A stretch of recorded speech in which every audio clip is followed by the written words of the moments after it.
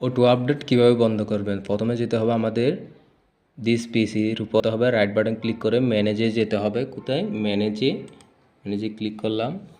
ম্যানেজে click করার পর আমাদের যেতে হবে এখান থেকে। যদি আপনাদের এইরকম থাকে তাহলে আপনারা ছোটো করে দেবেন, এই হিডেন আইকনে এখানে ক্লিক করে দিবেন, ছোটো হয়ে যাবে।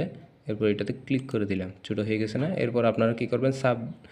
সার্ভিস অ্যান্ড অ্যাপ্লিকেশনে ক্লিক করবেন, ডবল ক্লিক করবেন। এইরকম একটা পপআপ আসবে। এখান থেকে আমাদের যেতে হবে কি সার্ভিসে। কোথায় যেতে হবে? সার্ভিসে ক্লিক করতে হবে। ক্লিক করার পর আমাদের অটো আপডেট কোথায় কোন জায়গায় আছে সেটা খুঁজতে হবে। আমরা একদম নিচে চলে আসছি, উইন্ডোজ আপডেটে ক্লিক করলাম, ডবল ক্লিক।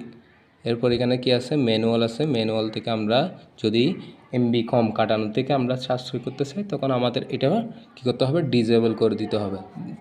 এক্সাম্পল আপনি দেখেন আপনার সীমিত পরিমাণে কি আছে? এমবি আছে। এই এমবি দিয়ে আপনি কী করতেছেন? ল্যাপটপ বা কম্পিউটার পরিচালনা করতে চাচ্ছেন। এখন তো আপনার সীমিত, এখান থেকে অটো আপডেট যদি অন থাকে তাহলে আপনার নিমিষে কী করে ফেলবে? সব এমবি কেটে ফেলবে। এখন আপনার তো কাজ করতেই হচ্ছে এখন ইন্টারনেটের মাধ্যমে।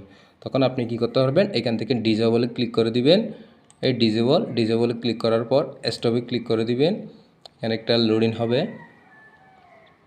লোডিং হয়ে গেছে। এরপর আমরা কি করব? অ্যাপ্লাইতে ক্লিক করব। অ্যাপ্লাইতে ক্লিক করার পর ওকে প্রেস করলে আমাদের অটো আপডেটটা বন্ধ হয়ে যাবে। আর এমবি বেশি বেশি কাটবে না। আপনি অনায়াসে কী করতে পারবেন? স্বল্প এমবি নিয়ে কাজ করতে পারবেন।